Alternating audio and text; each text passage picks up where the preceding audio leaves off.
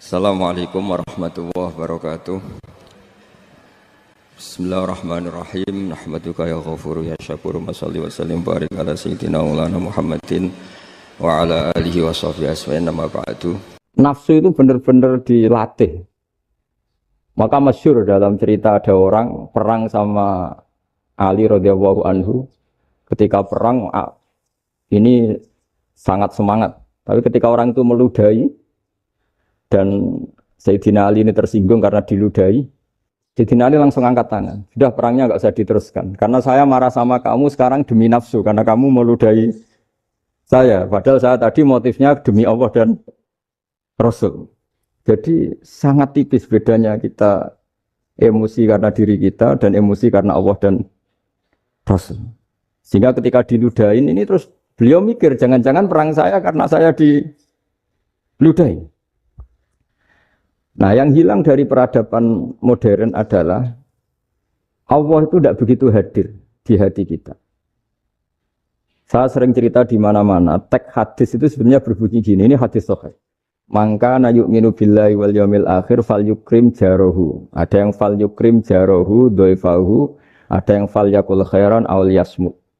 Siapa yang iman dengan Allah dan Rasul maka harus memuliakan tetangganya, memuliakan tamunya.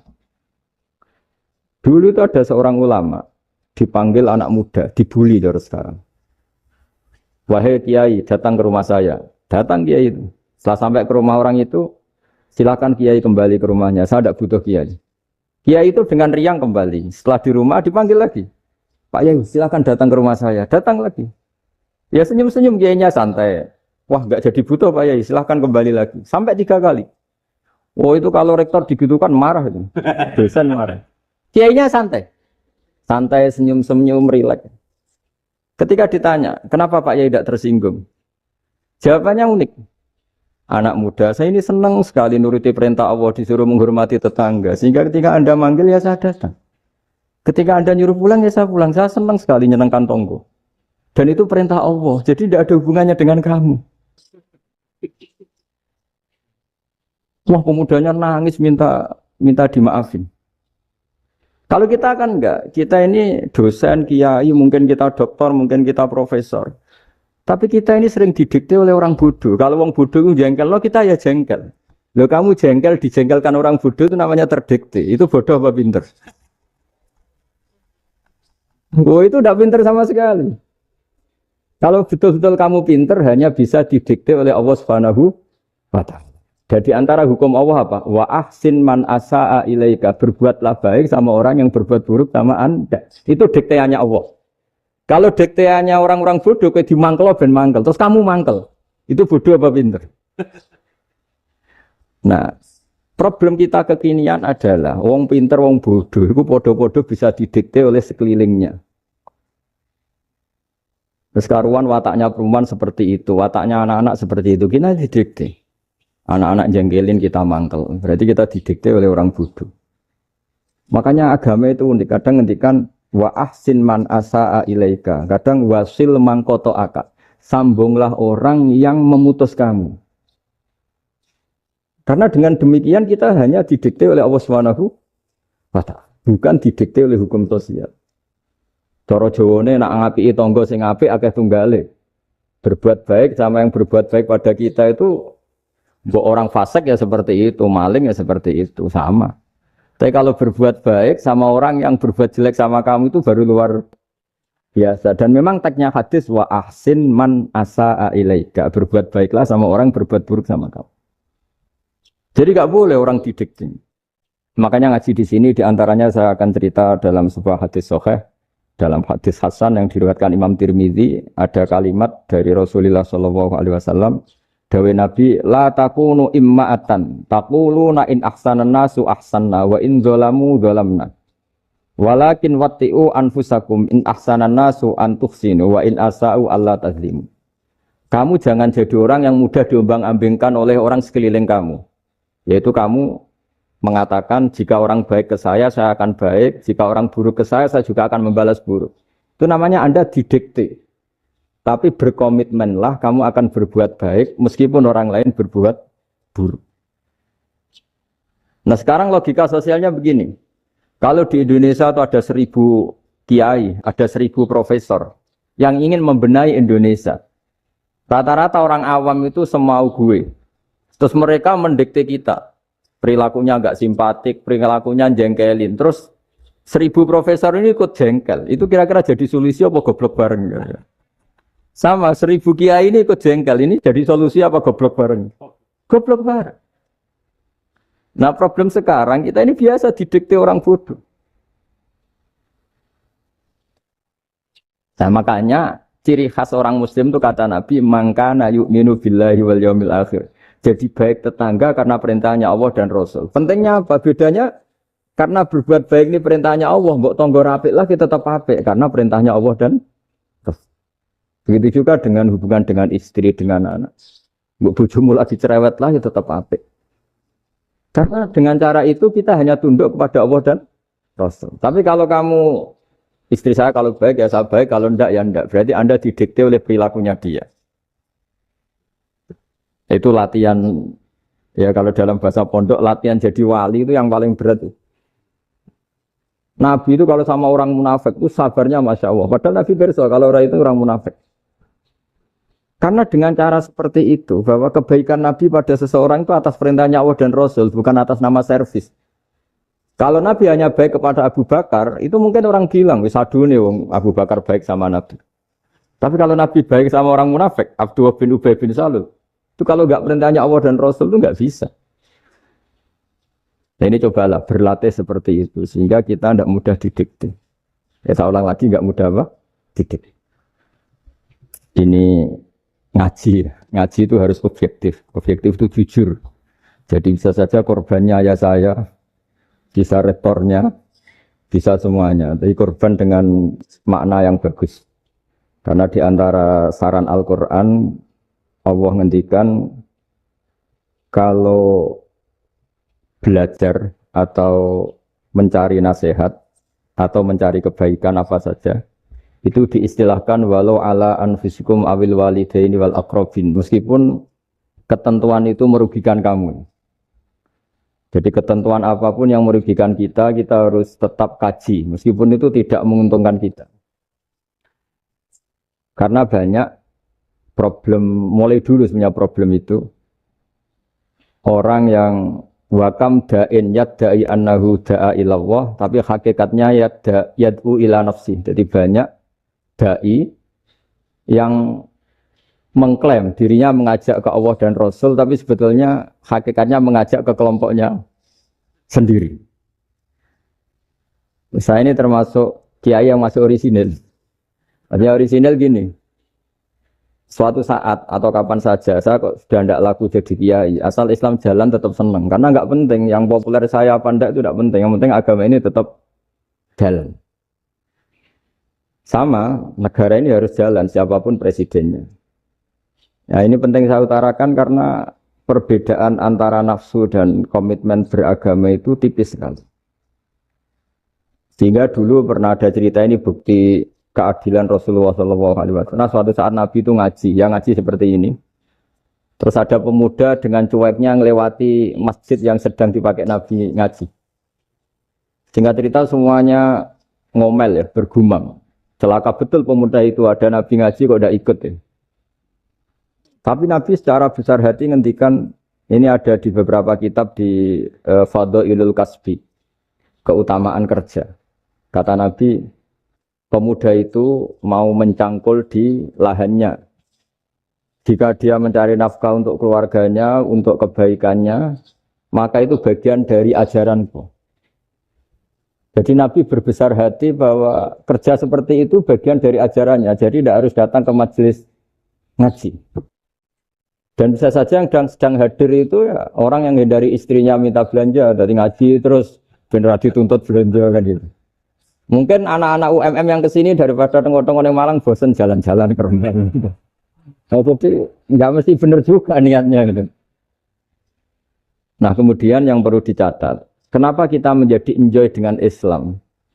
Islam itu adalah agama yang tidak didikte oleh materi. Jadi kalau Anda ingin makan enak, mungkin kalau pikiran kebanyakan orang, anak-anak muda yang milenial, yang gaul, ingin makan enak ya makan yang disukai. Misalnya sate atau bakso Malang atau apa.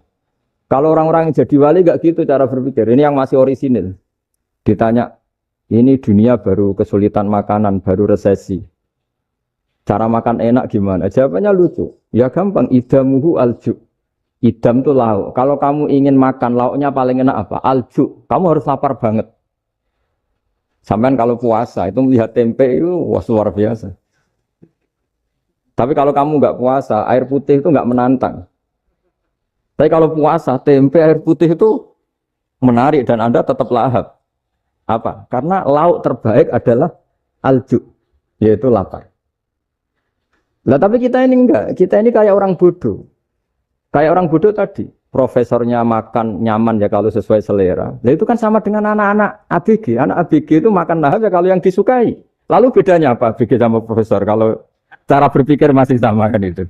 Kiainya juga gitu, kiai makan enak kalau yang disukai, kalau enggak ada. Lalu bedanya apa kiai sama orang awam? Orang awam juga gitu, makan lahap ya kalau yang disukai. Nah ternyata perilaku kita ini yang pintar sama yang bodoh sama. Kalau kamu ingin berkasta lebih baik, itu cara makan enak itu apa? Idamuhu al-jur. Lauk terbaik adalah karena kita sangat lapar. Makanya masyhur dalam cerita-cerita tarikh sirah nabawiyah. Nabi diberi hadiah, beberapa hadiah. Di antaranya ada yang diterima, ada yang enggak. Termasuk yang dikembalikan itu dokter. Ada seorang raja memberi hadiah Nabi dokter Tobit. Itu sama Nabi dikembalikan. Karena dokter ini sudah lama kumpul Nabi itu enggak pernah sakit. Akhirnya dokter ini putus asa, ini enggak perlu diobatin. Ketika ditanya, kenapa ya Rasulullah engkau tidak pernah sakit? Karena kita ini kaum, kita ini komunitas masyarakat yang tidak akan makan kecuali lapar. Dan kalau sudah makan, berhenti sebelum kenyang. Jadi sederhana sekali pengobatan zaman itu. Sebagian besar penyakit itu pasti disebabkan kita ceroboh dalam hal makan. Sudah ngerti kalau durian masalah, kalau makan durian enggak kehitung gitu, apalagi kalau gratisan itu tambah banyak. Gitu. Pola tidur juga gitu, kata Nabi, dan kita tidak tidur kalau tidak sangat ngantuk.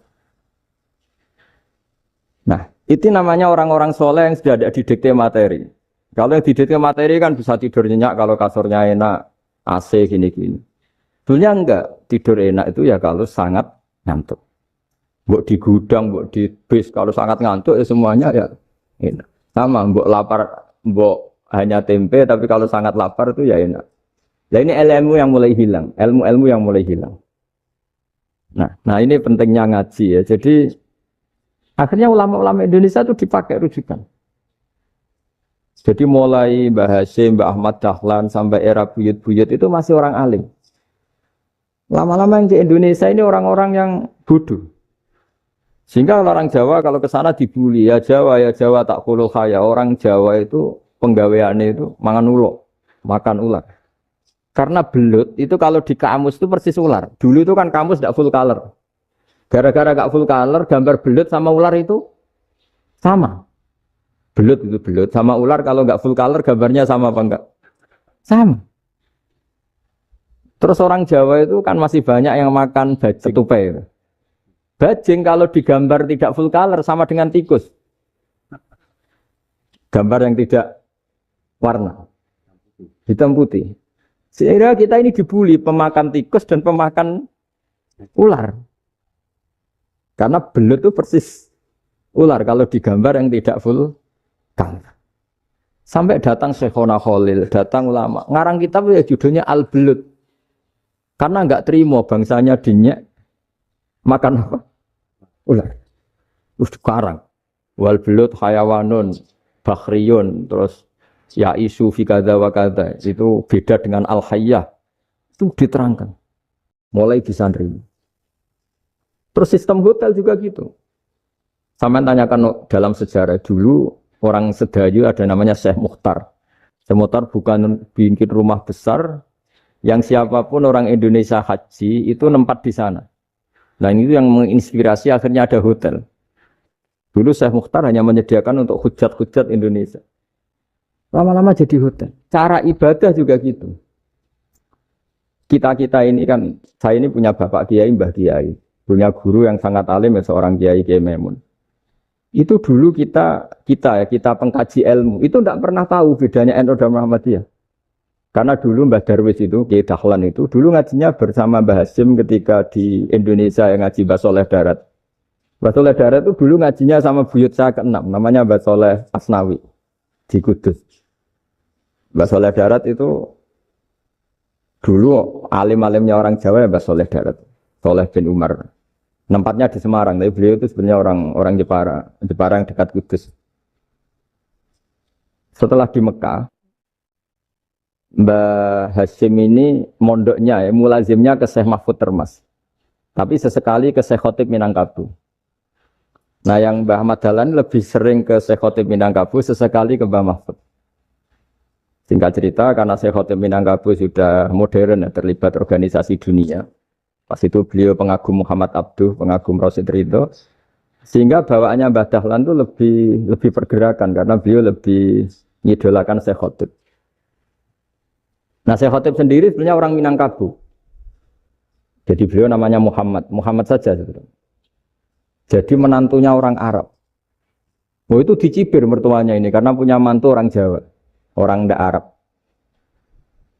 Singkat cerita terus di mertuanya bilang gini, kamu jangan pernah bilang kalau orang Arab itu mansa kanal Arab, orang yang bertempat di Arab. Walakin mantakallama bi arabiyyin fasihin, tapi orang bisa ngomong Arab secara fasih. Singkat cerita kalau kamu tidak percaya, nanti suatu saat menantu saya kalau Jumatan, tidak usah kamu kasih tahu, langsung suruh jadi khotib. Tidak usah kamu kasih tahu, syaratnya tidak usah kamu kasih tahu. Kalau sekarang kan enggak. Kalau dosen mau jadi khotib kan mengumpulkan materi dulu. Lucunya di antara materinya itu dari TV. Makanya jadi ribet kan khutbah sekarang. Kalau musim corona ya akan ngomong corona, musim apa yang ngomong apa. Jadi lagi-lagi didikte oleh media. Sebenarnya kalau ngomong kan sesuai kebutuhan umat, ini obatnya apa. Tapi enggak sesuai trending topik, itu kan kayak anak-anak gaul. Ini dokter kok gitu kan aneh. Singkat cerita si khotib ini enggak dikasih tahu, Syekh Muhammad tadi enggak dikasih tahu, langsung disuruh khutbah. Fatakallama bikalamin fasihin. Dia ngomong fasih sekali. Bahkan ngalah-ngalahi fasihnya orang Arab asli. Semenjak itu beliau dapat gelar Al-Khotib, orang yang cakap berpidato berkhutbah. Ya terus dia Syekh Khotib Al-Minangkabau. Jadi orang Indonesia itu luar biasa. Dulu yang namanya orang Indonesia di Arab Saudi itu dihormati sekali. Karena yang ke sana itu pasti ulama. Sudah alim di Indonesia ke sana, termasuk Mbah Ahmad Dahlan. Mbah Hasyim dulu karena sama-sama muridnya Mbah Soleh Darat. Lama-lama yang ke sana itu TKI TKW itu ya mulai agak dibully. Dulu Syekh Nawawi di antara ijtihad yang dihormati itu beliau mengkritik nyuwun sewu orang yang kan orang biasanya normalnya kan muji orang mati syahid. Hebat orang mati syahid itu hebat gini. Oke, kita sepakat orang mati syahid itu hebat. Tapi kata Imam Nawawi dengan syarat niatnya itu li'ila'i kalimatillah dan itu bawaan takdir. Saya ulang lagi, itu bawaan takdir, harus mati di medan perang. Tapi tidak boleh seseorang ini niat perang tapi niatnya supaya syahid. Karena kalau begitu berarti dia berniat supaya menjadi maktulal kafir, orang yang dibunuh orang kafir. Kedua, dengan dia mati berarti pasukan Islam berkurang. Berarti dia ingin pasukan berkurang, hanya ambisinya dia ingin langsung ke surga. Misalnya pasukan orang Islam itu 10, orang kafir 10. Kalau kamu ingin syahid berarti mati 1 kan, tinggal 9 kan. Nah kalau yang seperti itu 10 kan mati semua. Gara-gara ingin syahid akhirnya perangi rapati tenanan, benang mati, benang mlebu swarga. Kata Syekh Nawawi, ya enggak. Kalau kamu perang sama orang kafir ya niat menang. Dengan niat menang ini kamu ingin li'ila'i kalimatillah. Tapi kalau kamu ingin syahid, berarti kamu menuruti keinginan nafsu kamu yang cepat masuk surga. Itu orang Arab kagumnya bukan main. Karena di mana-mana orang itu dinilai dari niatnya. Paham ini ya? Tapi perang loh ya, dalam kondisi perang, bukan teroris. Perang itu artinya orang kafir yang ingin bunuh kita, itu perang namanya apa? Perang. Dulu orang cerita syahid itu hanya pokoknya syahid itu hebat, pokoknya syahid itu hebat. Saya di medan perang itu hebat. Pokoknya saya di medan perang hebat. Tapi ketika saya Nawawi memberi penjelasan ilmiah, jika kamu perang ingin cepat mati, ingin cepat syahid, artinya ini untuk pemenuhan diri kamu karena kamu bayangkan langsung masuk surga. Kamu lupa bahwa dengan kamu dibunuh kekuatan Islam berkurang. Akhirnya beliau memberi penjelasan. Syahid itu bagus, itu sebagai takdir. Hanya takdir itu kita perang yang ingin menang, tapi takdirnya mati. Jangan dibalik. Oleh perang rapati tenanan, benang mati namun itu yang pertama, terus ulama yang pertama memberi penjelasan itu Syekh Nawawi. Akhirnya melahirkan kekaguman yang luar biasa dengan tafsir Munirnya itu. Terus beliau itu orang yang rileks kalau menjelaskan ilmu. Ini ya juga guru-gurunya Mbah Hasyim, Mbah Guru sama Mbah Hasyim, sama Mbah Ahmad Dahlan Syekh Nawawi.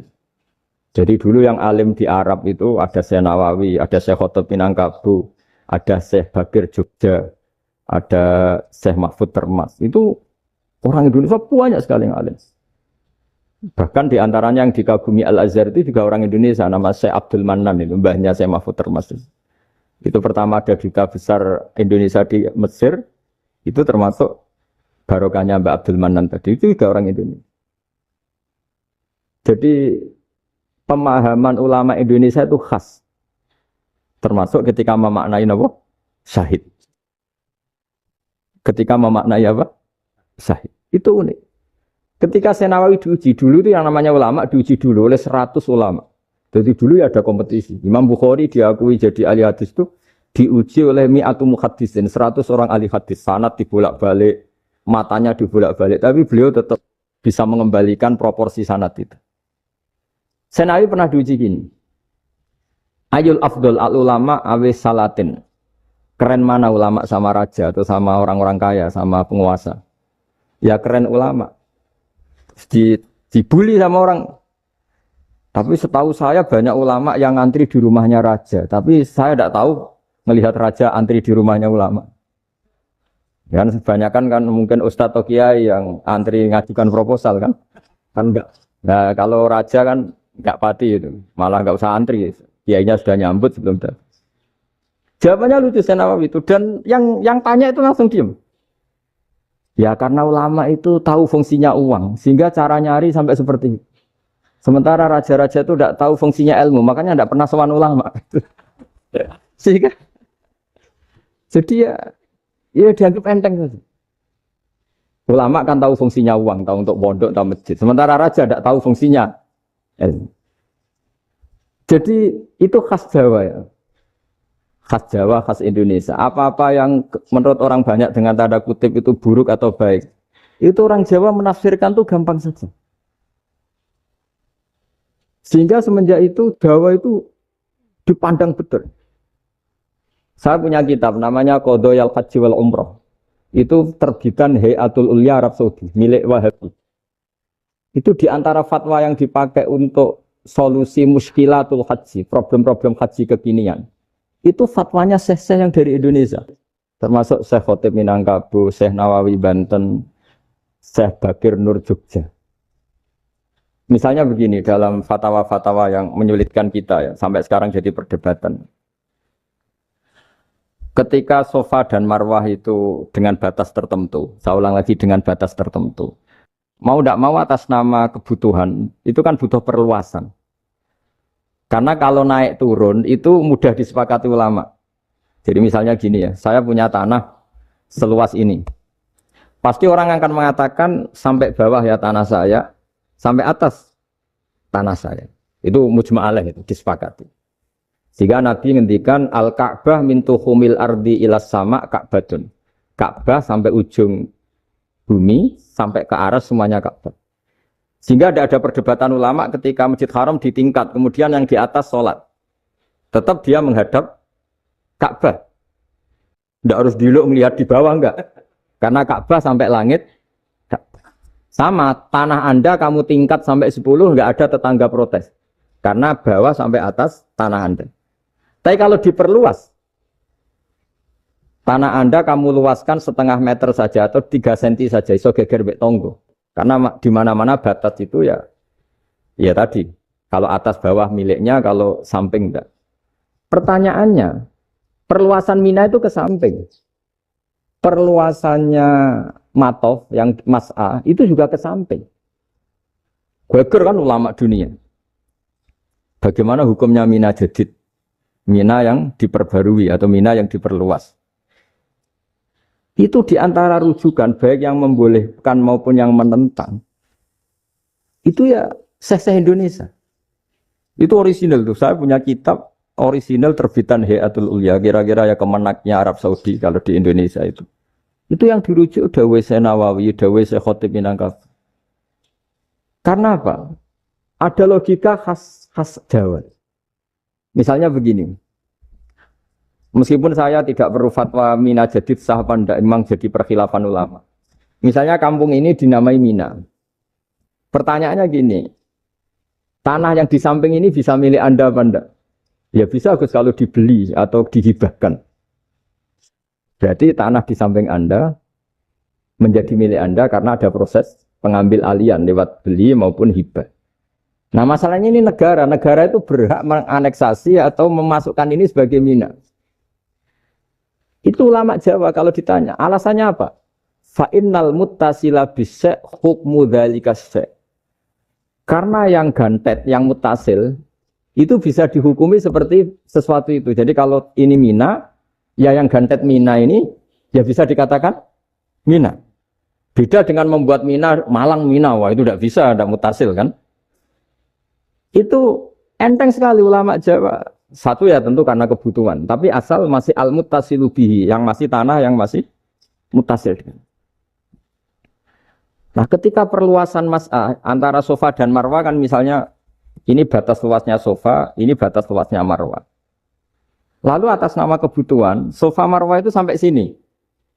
Sampai agak meluas ke sini. Itu geger Arab Saudi. Wah ini gimana. Padahal tawaf itu harus antara gunung sofa dan gunung marwah. Sa'i itu ya. Tapi kalau istilah Quran memang tawaf sama-sama. Makanya apa? Inna sofal marwata min sa'airillah faman hajjal beta wi'atamaro fala junaha alaihi ayat tawafati. Nah, jadi kalau istilah sa'i di Quran itu masih tawaf. Karena harus ada, kalau bisa lah, bukan harus. Kalau bisa memang harus ada unsur muternya. Kita kalau sa'i kan dari sini sofa, sampai sini marwah. Terus kan agak muter ke sini. Nah, kan agak membentuk lingkar. Nah, makanya Quran tetap mengistilahkan apa? Tawaf. Jadi bukan sini ke sini, terus sini ke sini kan enggak. Tapi sini, sampai sini, terus muter kan? Terus sini. Jadi antara setar dan selama ini prakteknya kan gitu ya.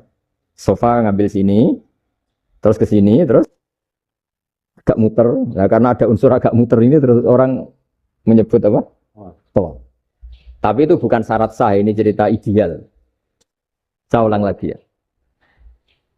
Gunung Sofa itu puncaknya atau pucuknya kalau dalam bahasa Jawa. Itu ya hanya segini, ini sampai sini. Nah, kelompok Islam yang fikih keras nggak boleh diperluas. Karena Allah memilih tempat ini itu spesial, jadi nggak boleh ke yang lain. Tapi ketika kebutuhan mendesak, mau tidak mau harus diperluas. Itu jawabnya Kiai Jawa lucu. Gunung sing ketok iku sing dhuwure tok. Sikilane luwih hombo. Berarti kan gunung kan bentuknya gini. Nah, sofa yang kecil itu yang atasnya, tapi sikilannya sini kakinya lebih luas. Jadi boleh perluasan asal tidak melebihi kakinya. Ya dihitung ya lebih luas. Jadi Kiai Jawa itu kayak wong delok gunung Penanggungan, kayak gunung Arjuna. Di mana-mana puncak gunung itu lebih kecil timbang kakinya. Artinya diperluas ini bukan berarti tidak di sofa dan tidak di itu khas Kiai Jawa. Jadi jangan kira orang Jawa itu udah hebat sekali. Termasuk perkembangan hotel di Arab Saudi. Itu dulu sebelum ada hotel. Buyut saya kelima atau keenam dulu haji namanya Badur Rahman. Itu kalau mau ingin apa ya? Menghindari terik matahari itu masuk gua. Itu masuk gua itu hanya separuh badan, kakinya di luar. Jadi jangan bayangkan kalau gua di Indonesia kayak gua Akbar di Tuban orang bisa masuk jalan-jalan enggak. Gua di Arab tuh kayak cepitan batu, tidak sampai masuk. Sehingga kepalanya dimasukkan, kakinya masih kena matahari. Saking panasnya Arab Saudi. Sehingga dalam bayangan hijrah, ketika Nabi bersembunyi di gua apa? Sur, itu kata Abu Bakar, kalau orang kafir melihat kakinya, pasti melihat kita, karena nggak bisa masuk penuh. Jadi orang tuh mau dempes tok. Sehingga ya kira-kira luasnya gua paling segini. Makanya guyonannya kiai-kiai itu, untung nggak kayak gua Indonesia. Kalau kayak gua Indonesia, laba-labanya capek, karena luas kan. Jadi jangan bayangkan gua Arab tuh kayak gua Indonesia. Makanya bayangannya, andai kan orang tuh melihat ke bawah, pasti melihat kita. Karena orangnya nggak bisa masuk penuh. Nggak bisa masuk 100%.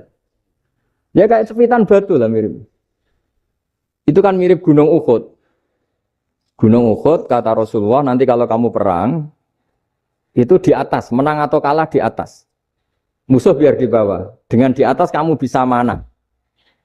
Jangan bayangkan kayak Gunung Merapi, kayak Gunung Penanggungan. Lah kalau Gunung Penanggungan mana ke bawah yang layang kan? Jadi gunung di Arab itu kayak bukit. Ya sampean pernah kan ke Uhud itu ya sama ini aja tinggi ini kan?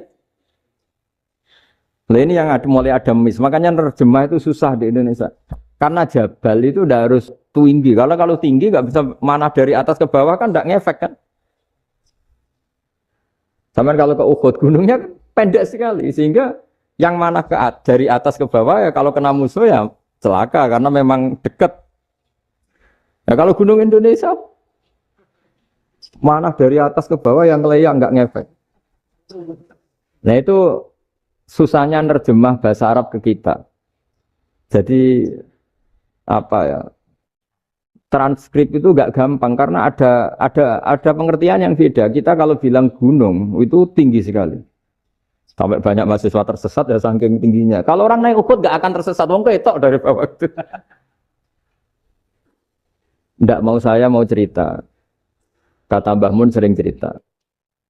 Kenapa wa ma arsalnaka illa rahmatan lil alamin, kata Mbah Mun, Allah itu pasti bikin ulama yang tidak produk Arab itu pasti ada. Kalau orang Arab jadi ulama wajar, bahasanya Arab, domisilinya di Arab. Tapi Allah akan selalu bikin ulama yang tidak bangsa Arab. Imam Ghazali itu Tus itu Persia. Imam Bukhari itu kira-kira kalau sekarang ikut Uzbek. Ya, Imam Bukhari itu kalau negara sekarang ikut mana? Uzbek. Kenapa demikian kata Mbah Mun? Karena Allah sudah ngendikan wa ma arsalnaka illa kafatan linnas. Manusia semua ini kena khitabnya Islam. Kalau tidak ada ulama yang dari berbagai negara, kesannya Islam itu hanya milik orang Arab Saudi. Makanya Allah selalu bikin ulama-ulama yang bahkan tidak Arab. Termasuk Imamul Muhaddisin, yaitu Imam Bukhari, itu orang Uzbek. Orang Rusia lah kalau sekarang ikut Uni Soviet dulu. Imam Ghazali itu orang Persia. Syekh Nawawi itu orang Banten. Karena Allah ingin memaklumatkan bahwa Islam ini untuk semua. Sehingga orang yang tidak Arab pun bisa belajar Islam. Yang alimnya itu nggak kalah sama orang apa? Arab. Makanya ini PR ya. Kalau Gus Dah Ploso nanti ngendikan suatu saat orang belajar Islam itu bahkan orang Arab pun bisa belajar ke Indonesia. Kalau orang Indonesia bisa alim betul kayak dulu. Sekarang banyak liga antar ulama. Itu orang Indonesia pasti masuk. Ulama-ulama top dunia itu pasti orang Indonesia banyak yang masuk. Karena tadi ketika orang Indonesia baca kitab, itu orang Arab itu kagum, kok bisa ada bahasanya baca secara benar. Bukan sekadar bisa baca secara benar. Karena memang dilatih sedemikian rupa di pondok-pondok. Makanya kita semua lah, yang alim di Indonesia itu kemana-mana ya pasti alim. Dulu putra Mbah Mun namanya Gus Zofur itu tahun pertama ya sudah the best di tahun pertama.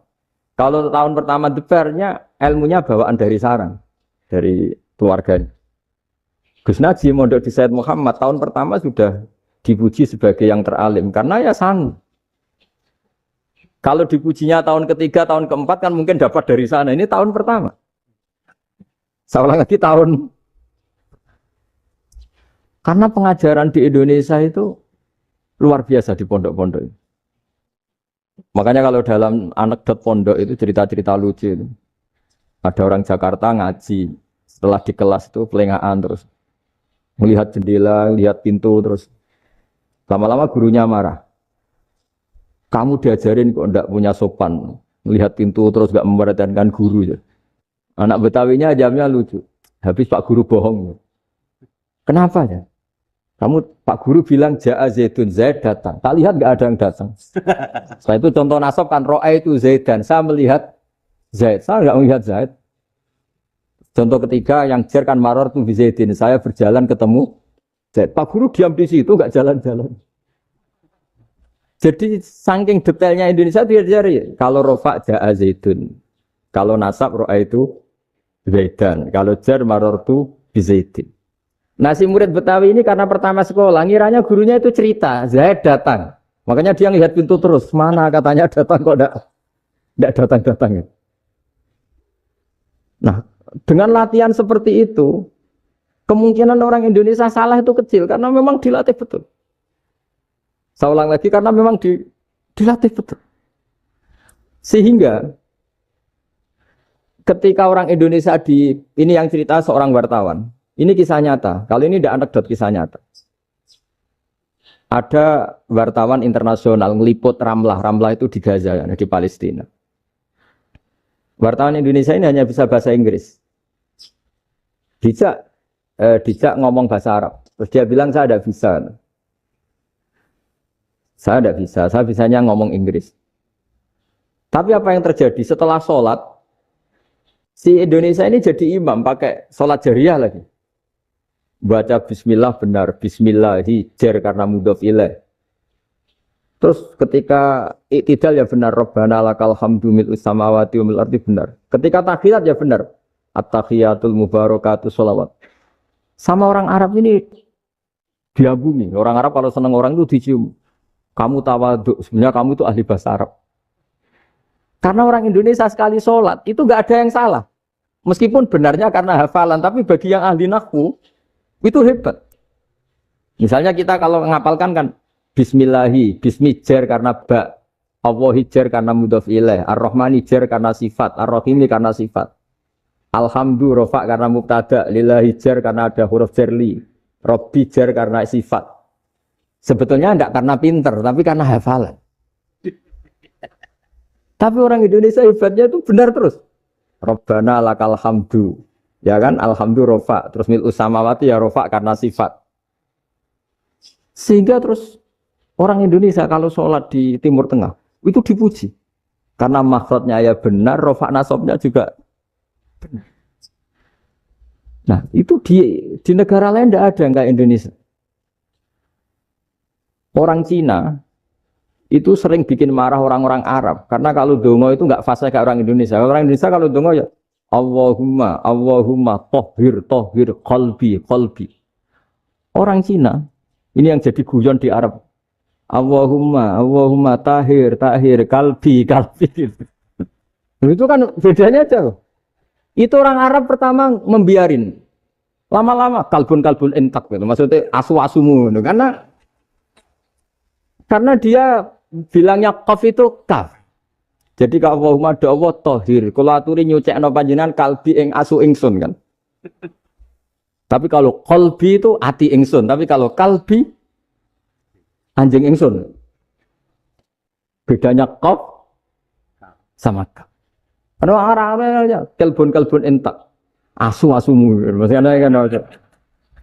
Tapi padahal orang Cina itu bareng dilihat teksnya, ya pakai qaf. Orang Indonesia enggak, mulai kecil dilatih, sak fase-fase. Sampai yo sulit betul latihan Fatihah itu. Kalau di Kudus malah sampai 3 bulan Fatihah itu. Sampai at-tahiyyatu, kurang bersih. At-tahiyyatu sampai ada cerita itu orang dipanggil maftuhin itu enggak melengak, harus maftuhin. Baru melengak. Tapi barokahnya itu, orang Indonesia kalau dongo memang benar-benar Allahumma tohir qalbi. Ya Allah sucikan hati kami, bukan tahir qalbi. Karena sekali jadi kaf itu maknanya anjing saya. Ya Allah sucikan anjing. Jadi ini orang Indonesia. Jadi kata Mbah Mun, dawe Mbah Mun, illa kafatal linnas, bahwa agama ini milik semuanya. Itu diantara bukti Allah menghendaki atau mendesain Islam seperti ini, orang yang belajar di Indonesia itu pengetahuannya Islam, pengetahuannya tentang Islam itu tidak kalah sama yang belajar di Al-Azhar, sama yang belajar di Arab Saudi. Makanya ini PR-nya UMM, PR-nya IAIN, PR-nya UIN. Bisa enggak sealim mereka dalam bahasa Arab? Nah, bahasa Arabnya mau man anta, ana zaidun. Jangan sampai, karena kita di sana ini kadung dibully. Orang Arab tuh kalau bully kita, sampai tak kasih cerita. Oh, itu ngawurnya Masya Allah. Kata dia, ada anak orang Indonesia haji. Si anaknya orang Indonesia dijotos sama anaknya orang Arab. Dijotos, dipukul. Sehingga cerita terus si orang Indonesia enggak terima, anaknya yang orang Arab dipukul. Yang balas bapaknya. Orang Arab tanya, lima ada dorok ibni, kenapa kamu mukul anak saya? Itu orang Indonesia bahasa, wah anakku tidak. Jadi hanya bilang gitu. Artinya anak saya dihada ya maka tak ada. Arabnya gitu. Anak saya dipukul maka saya balas mukul. Itu orang Arab mantuk oh gitu. Paham? Dulu ulama itu kelihatannya sederhana, tapi kalau berargumentasi itu hebat. Tadi Gus Zofur menyebut kitab Mbah Hasyim itu mengharamkan kentong. Beliau masyhur itu punya kitab namanya Al-Jasus an Tahrimin Nakus. Intinya kentong itu haram. Secara dalil ini meyakinkan sekali karena ketika Rasulullah rembukan sama sahabat, kita dengan apa memaklumatkan orang kalau waktu sholat masuk? Ada sahabat yang usul pakai kentong. Dzaka lin Nasara, itu Nasrani. Ya pakai buk itu semacam trompet besar. Dzaka lil Yahud. Kemudian ada yang usul kalau gitu api ya Rasulullah, dzaka lil Majus. Sehingga dari hadis itu Mbah Hasyim berpikir kentong itu haram. Tapi Mbah Fakih Mas Kumambang itu mengkritik Mbah Hasyim dengan ngarang kitab Hazur Ru'us an Tahrimin Nakus. Jadi beliau ngomentari kitab itu sambil geleng-geleng kepala. Kitab kok keliru nganti ngono itu. Jadi cara pikirannya siapa Ki Fakih. Kentong di Indonesia itu kanggo wedhus dicolong gitu. Pos kampling gitu. Kalau ada banjiran ya kentong, ada maling ya kentong. Jadi enggak ada persamaan sama sekali dengan kentong yang milik orang apa? Nasrani. Sehingga di pondok saya itu ada kentong tapi jelek sekali. Karena itu satu-satunya cara supaya beda dengan kentong yang di gereja. Kalau elek kan mirip kentong di pos kampling. Itu ya agak-agak ilmiah sedikit. Dulu ceritanya Gus Zofur itu saya teruskan. Itu singkat cerita, itu kalau yang di kejadian di Termas itu Mbah Dimyati sudah nyuruh semua kentong disembunyikan karena mau ada Mbah Hasyim. Cerita itu mukarrar di Kiai Fakih sama di Kiai Dimyati Termas. Setelah kentong dikumpulkan semua, Mbah Hasyim datang, seneng, ngiranya Syekh Dimyati ini sependapat dengan beliau, yaitu sama-sama enggak ada kentong. Tapi setelah itu ada santri yang matur, Mbah Dim pun beres kentong pun kula delikno sedanten. Itu di depan Mbah Hasyim. Jadi GR-nya Mbah Hasyim bahwa Mbah Dim itu sependapat akhirnya hilang. Ternyata ini akal-akalan toh gitu. Karena santrinya matur, Mbah Dim pun beres sedanten kentong beduk sudah disingkirkan. Itu di depan Mbah Hasyim. Saking lugunya santri, nah saking ikhlasnya agak ngerti mahalus syahid ini adalah Mbah Hasyim. Saya mau meneruskan cerita Gus Zofur. Dulu ini cerita dulu Mbah Mun ngaji di Lirboyo, tapi Kiai Makhrus ngaji sama Kiai Khalil Harun. Kiai Khalil Harun itu adik juga sekaligus muridnya Mbah Umar Harun. Mbah Umar Harun itu generasi kedua setelah Mbah Ghazali. Beliau menantunya Mbah Ghazali, tapi ya sudah ponaan. Sehingga tradisi ini penting karena saya berkali-kali bilang di mana-mana. Status orang tua dan mbah itu adalah terserah anak cucunya. Bukan terserah mbahnya, tapi terserah anak cucunya. Saya tidak akan bosan mengingatkan ini. Saya pernah di makamnya Nabi Yakub, itu ya dikemuli bendera Israel. Di makamnya Nabi Dawud. Nabi Ibrahim juga dekat sinagog. Sehingga Quran membela Nabi Ibrahim disebut maka anak Ibrahimu Yahudi wala Nasrani. Karena ketika beliau berposisi di Israel, kemudian penguasanya adalah Yahudi, bisa saja makam ini ditulisi dan distatuskan ala Yahudi. Ya seperti Nabi Yakub. Nabi Yakub itu nabi yang kita yakin tentu berkeyakinan beliau orang baik, orang muslim, orang mukmin. Tapi karena di desain mereka ya dikemuli bendera Israel. dan disebut Abul Yahud. Karena kita tahu nama lain dari anaknya Nabi Yakub adalah Yahuda bin Yakub bin Ishak bin Ibrahim. Sehingga perasaannya orang Yahudi menjadi Yahudi itu yang ngikuti mbah-mbahnya. Nah khawatir saya ketika buyut-buyut kita kaya, buyut saya itu orang kaya dulu, namanya Badur Rahman. Itu kaya sekali, tanahnya banyak. Dulu cerita Mbah Hashim ya kaya sekali, Mbah Maksum juga kaya, Mbah Abdul Aziz juga kaya. Karena dulu itu inginnya kiai itu yo ketok sugih lah, gak ngel-ngelo santri. Tapi nanti kalau cucu-cucunya sudah tidak alim, itu tidak dianggap punya tanah itu karena untuk fasilitas santri. Aku tak kedonyan, mbah-mbahku ya kedonyan. Buktinya tanah yombo. Gitu. Karena dia akan menafsiri sesuai cara berpikir. Makanya sanad keilmuan yang diceritakan Gus Zofir itu harus diulang-ulang. Kalau nggak diulang-ulang, maka kita akan berpikir sendiri untuk menafsirkan Masyayikhon al-Kiram atau Ajdadan al-Kiram. Nah, ini yang bahaya, yang sering Quran mengingatkan. Jadi ada status yang disematkan oleh anak cucu kayak orang Yahuda tadi, Yahuda bin Yakub bin Ishak bin Ibrahim, itu menstatuskan mbah-mbahnya yang bernama Ibrahim itu Yahudi. Sampai Quran sendiri yang bela makana Ibrahimu Yahudiyah wala Nasraniyah.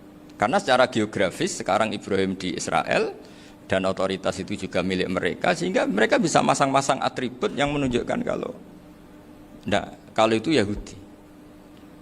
Beberapa al-alim al-alamah yang minna itu sudah wafat dan kadang-kadang dzurriahnya itu tidak kita. Kalau sekarang orang bahasakan kubu sebelah. Akhirnya ya nggak boleh dikholi, nggak boleh diziarah. Terus seakan-akan yaqtaduna bi ra'yi, seakan-akan mereka berpendapat dengan pendapat syekh ini padahal enggak. Nah, sehingga tradisi ketersambungan sanad tadi baik secara genetik atau secara asbab itu harus terjaga. Saya beberapa kali banyaklah sering diceritain Mbah Mun.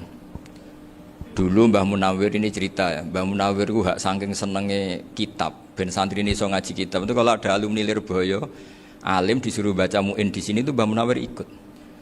Saking ingin tasjiknya, ingin ngajari santri bahwa ngapal Quran udah hafal tok, tapi yo paham. Dan penggalinya Mbah Munawir itu sampai klimaknya dulu Mbah Zaini itu nate nikah sama Nyai Komariah kalau nggak salah, binti Karim, binti Manap. Punya putra Gus Habib, Gus Toha yang diantara putrinya dinikahi Gus Rozin ini. Terus akhirnya kesampaian juga ketika Mbah Munawir punya mantu alim alamah namanya Mbah Ali Maksum, angsal Nyai Hasyimah. Sampai pondok Kramjak ma'ruf bil ilmi, terutama ilmu sorof dulu karena Mbah Maksum itu komplain, fa'ala ya fulu kok terus fa'alan ya fa'ala ya fulu ya uf'ul gitu kan, masuk fi'il kok jejer isim gitu.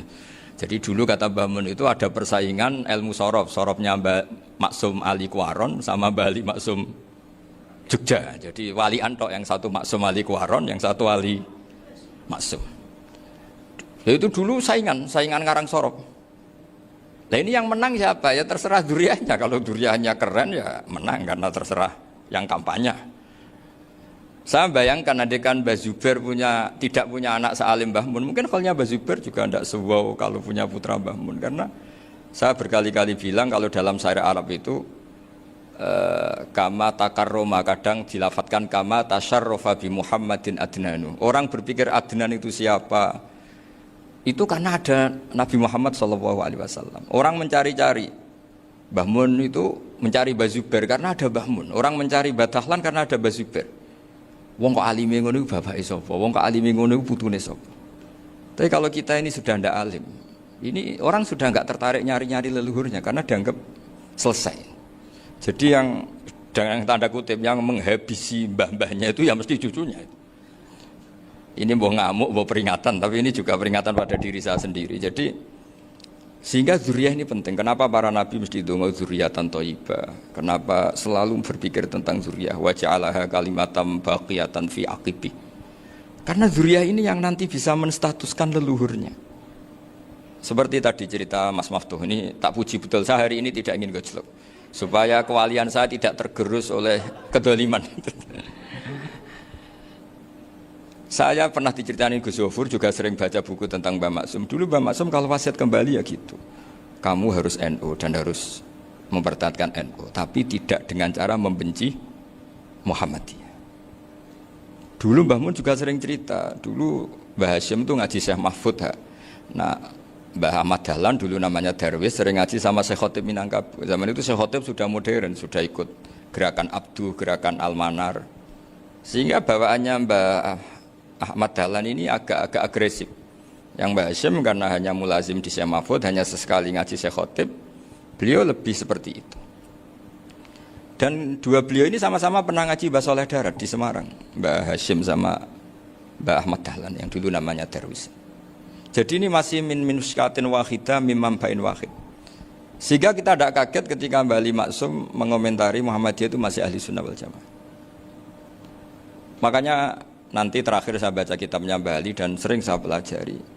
Andai kan kita ini sepakat dengan ilmu, ya kita tahulah. Kalau Abu Hanifah itu tidak kunut, Imam Syafi'i kunut, berarti kunut itu mazhabnya Abu Hanifah, bukan mazhabnya Mbah Ahmad Dahlan. Apa tidak kunut itu mazhabnya Abu Hanifah, bukan mazhabnya Mbah Ahmad Dahlan. Kita kunut itu mazhabnya Imam Syafi'i, bukan mazhabnya Mbah Hashim. Ini semuanya masih dalam bingkai ilmu. Adzan qobla subhi juga riwayatnya jelas. Tidak adzan ya sudah perilaku kita sudah jelas. Dulu Mbah Mun sering didik kita gitu. Saya sering dengar cerita kalau dulu Pak Arif Fakhruddin begitu hormat sama Mbah Ali, apalagi dzuriyahnya Mbah Azhar Basir, karena beliau dulu do ngaji di Termas. Dulu itu enggak ada masalah karena semuanya dianalisis pakai ilmu. Tapi sekarang pakai identitas, yang kunut itu NU, yang enggak kunut Muhammadiyah. Berarti Abu Hanifah itu Muhammadiyah, Imam Syafi'i itu NU. Berarti Imam Syafi'i itu ya anak buahnya Ki Miftahul Ahyar kira-kira gitu kan. Nah, kan anak buahnya Pak Said Akil. Kan terus jadi repot. Dulu kita ini pengagum ilmu, bukan pengagum perbedaan. Sehingga di sini yang saya kagum dari sekian ceritanya Mbah Ali Maksum, supaya kitab ini to the point, supaya nggak lama-lama karena waktunya juga. Nanti kalau kemalaman ini kena semprit ini sudah. Ini diantara yang diceritakan Bali itu unik. Imam Syafi'i itu sering tawassul, sering wasilah sama siapa itu? Abu Hanifah. Ini sudah tak petakan, saya baca yang sensitif lah. So, yang ini ya. Ziyar al-Babus Samin, terus sebentar ini yang bab tawassul.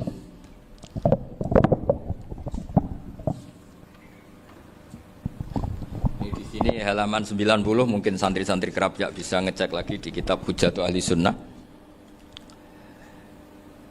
Ketika cerita tawassul, di antara yang diceritakan Mbah Ali Maksum adalah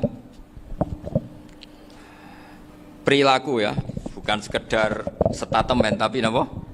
Perilaku. Perilakunya Imam Syafi'i atau ahwalnya kalau bahasa halusnya, yang selalu ke makamnya Abu Hanifah untuk tawassul. Padahal Imam Syafi'i itu orang yang secara ilmu sering kritik Abu Hanifah.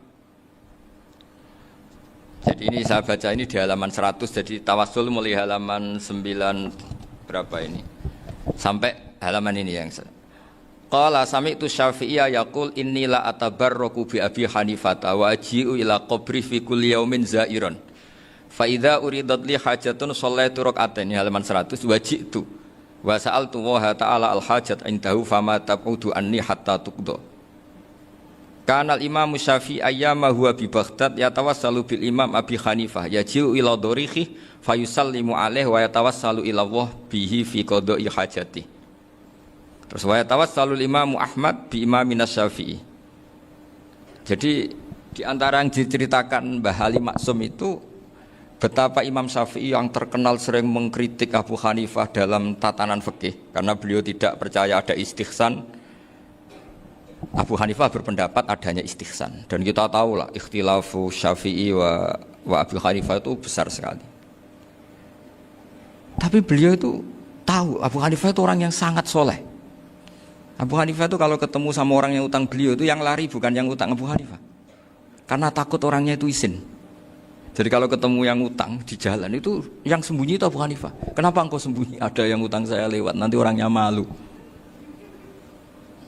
Jadi setingkat Robi'ah Adawiyah itu beliau di rumah ada maling itu sembunyi. Ditanya kenapa engkau sembunyi? Malu, gak ada yang dimaling. Malu sama malingnya karena serumah itu gak ada barang yang layak dicolong itu. Itu Robi'ah dia sembunyi. Itu yang bisa niru itu Abu Hanifah. Jadi wali-wali besar ini ternyata saling menghormati dan saling tawassul. Nah, saya berharap tawassul ini bukan sekedar perilaku sosial, tapi memang ada sanatnya. Sehingga terus diceritakan Bali di sini dulu istaqa Umar bil Abbas. Kata siapa tawassul harus dengan Rasulullah Shallallahu Alaihi Wasallam? Dulu istaqa Umar bil Abbas. Sayyidina Umar itu tawassul istisqa dengan Sayyid Abbas. Padahal kita tahu Sayyid Abbas ini tidak nabi. Terus beliau cerita sampai Imam Syafi'i tawassul sama Abi Hanifah. Sehingga gak ada perdebatan itu kan Umar. Kalau Umar kan ada jaminan boleh diikuti karena beliau sahabat. Bali cerita tentang Imam Syafi'i yang tawassul dengan Abu Hanifah. Seargumentatif itu. Sehingga ada cerita dalam sebuah tafsir. Ya saya ulang lagi, ada cerita di sebuah tafsir. Kenapa Nabi Musa ditanya Allah, wa matilka biyaminika ya Musa? Ma'ana wa ta'ala a'lam. Tentu Allah sangat tahu yang dibawa Musa itu apa. Karena Allah tahu Nabi Musa itu grogi. Orang dipanggil Wali Maksum pasti grogi. Santri dipanggil Mbah Mun pasti grogi. Kenangan saya setiap dipanggil Mbah Mun ya mesti tanya. Yang ringan-ringan. Wis sarapan ya. Arung sarapan ya sarapan. Pas sarapan ya kan. Tanduk mangan sing enak. Orang santri ora tau mangan enak. Ya gak pernah ngomong yang penting. Ngendikan yang penting. Nah karena Nabi Musa ini grogi. Ini sebagian tafsir.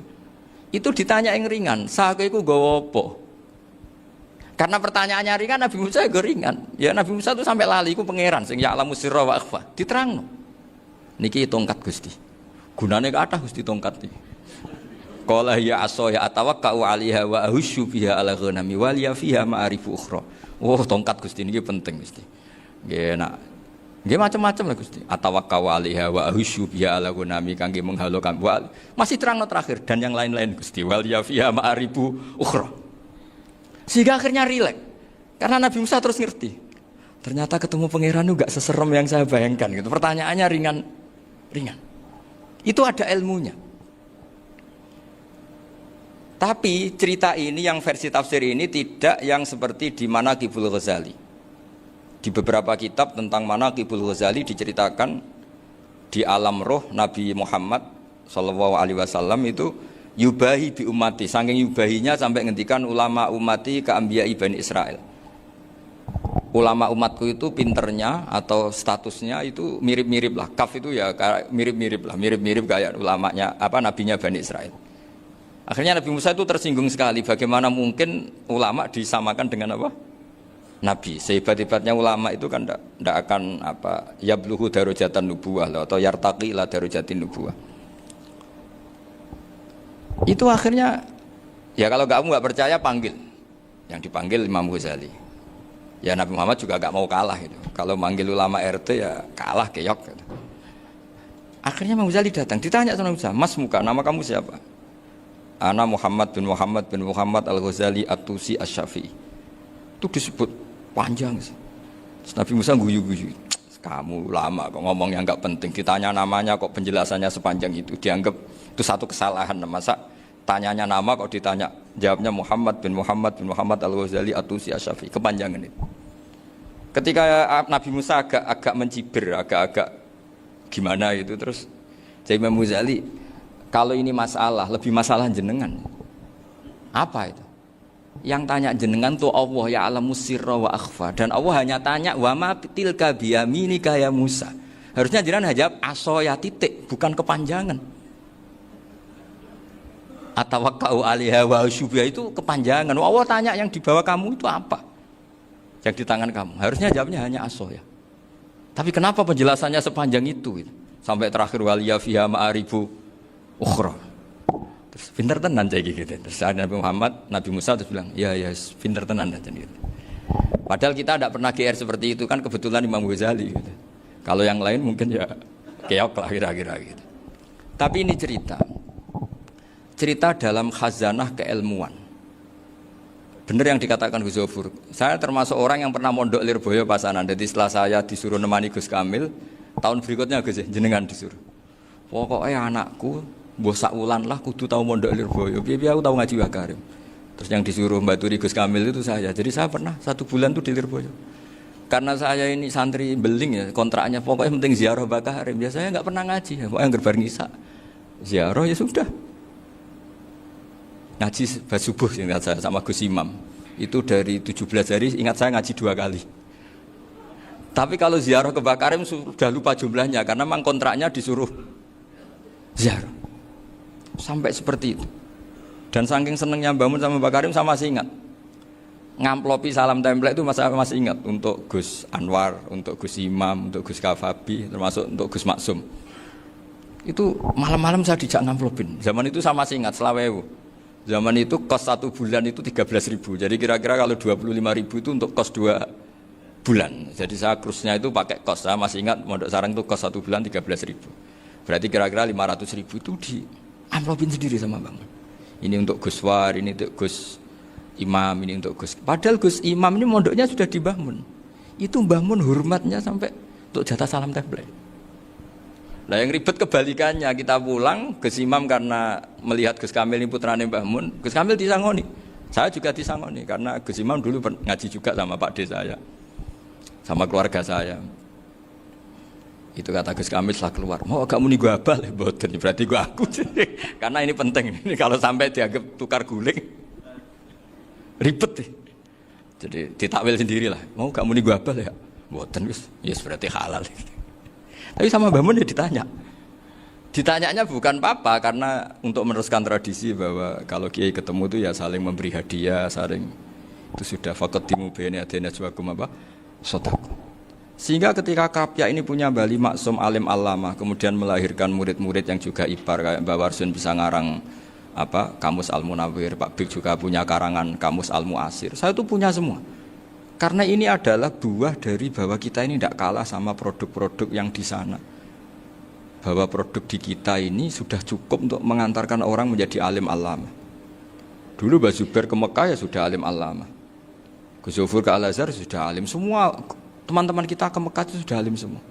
Padahal produk mondoknya ya tadi. Mau digojlok kiai ini, terus mangkel be keamanan biasanya itu. Biasanya musuh besar pondok itu keamanan. Jadi ya bukan berarti gojlok ibunya Gus Maftuh enggak, biasanya keamanan itu musuhnya apa? Banyak. Itu tradisi keilmuan itu harus dijaga dengan hujjah dan dengan tadwin, dengan pembukuan.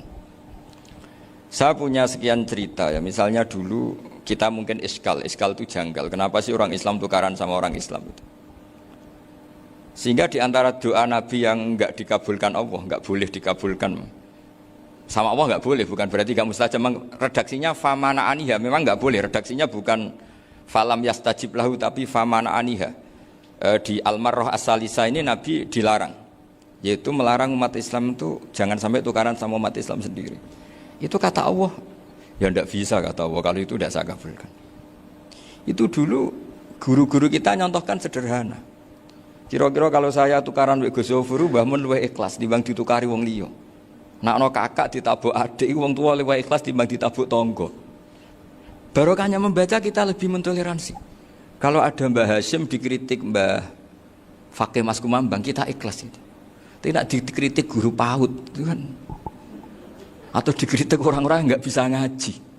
Artinya ternyata keliru kita bilang kiai kok tukaran. Justru bagus kiai tukaran dibanding kiai dikritik guru PAUD atau dikritik orang-orang yang nggak bisa baca kitab. Akhirnya barokahnya baca kita menjadi tahu. Dulu Mbah Mun sering cerita, ini masih cerita silsilah ya. Jadi Mbah Ali Maksum tadi kita tahu di antara guru besarnya Mbah Ali Maksum tentu Mbah Mahfud Termas. Beliau adalah adik dari Kiai Mahfud Termas. Mbah Dimyati ini adik Kiai Mahfud Termas. Itu punya saudara namanya Abdul Razak, juga punya saudara namanya Dahlan. Itu yang membawa Thariqah Syadziliyah di Solo Raya, yang sekarang alhamdulillah diteruskan Gus Wafi. Dulu di antara pesannya Mbah Mun ke saya, hak Wafi kandani kon ziarah ning Mbah Dimyati. Mergo Thariqah Syadziliyah dulu itu yang bawa keluarganya Mbah Dimyati. Jadi semuanya ini masih dzurriyyatan ba'duha min ba'd. Nah pesan saya karena tadi Mbah Munawwir yang termasuk orang pertama yang bawa Quran, bawa qiraah sabah. Kenapa saya bilang termasuk? Karena kalau bilang paling pertama ini nanti butuh data. Dan itu agak kerepotan lah. Tapi yang jelas mimman istahara lah. Mimman istahara yang membawa sab'ah ke sini itu adalah Mbah Munawwir. Terus beliau ngajarkan diantaranya ke Mbak Arwani pakai kitab Satibi, pakai kitab Nazmus Satibi.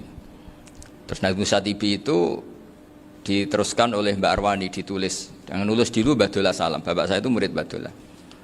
Dulu Mbak Dola sebelum ke Mbak Arwani ngaji sama Ki Said di Sampang. Bapak saya sebelum ngaji di Mbak Dola sudah hafal Quran lewat buyut saya sendiri namanya Ki Zubaidi. Yang Ki Zubaidi akhirnya jadi menantunya Mbak Ahmad Su'eb. Jadi buyut saya kandung ini namanya Sofia, itu angsal keluarga Lasem, yang adiknya Sofia ini punya adik Badiah yang jadi ibunya Ki Sahal. Terus Ki Sahal punya Mbak Yu namanya Muzayanah, punya di Garwo Ki Mansur punya anak Gus Koyum. Jadi dulu ibu saya, ibunya Gus Sofur, ibunya Pak Maftu itu semuanya di Lasem. Karena saya dari keluarga Gen ya Lasem, dari keluarga sanad guru ya Lasem. Tapi Lasem Bahdawi itu dulu ngajinya di Mbah Umar Harun di Sarang. Mbah Umar Harun ini menangi Sayyid Ahmad Zaini Dahlan. Sayyid Zaini Ahmad Zaini Dahlan ini punya cucu keempat yang hidup di Sedan. Terus makamnya di Lasem, namanya Habib Haidar. Itu yang nulis biografinya Mbah Maksum. Mbah Maksum bukan Bali, biografinya Mbah Maksum. Itu ditulis oleh Habib Haidar, namanya Haidar bin Hasan bin Sodaqoh bin Ahmad Zaini Dahlan. Nah, Habib Haidar ini menantunya Sayyid Hamzah Sato. Hamzah Sato itu Hamzah bin Abdullah bin Umar. Itu kakaknya Sayyid Abi Bakar Sato, Sohibul I'anah. Nah, Sayyid Umar ini yang dulu ngajari mbahnya Mbah Mun namanya Ahmad bin Su'eb. Nah, di antara ajarannya adalah baca kitab-kitab kecil yang bisa dihafal. Dibawalah ke sarang jadi metode muhafadzah.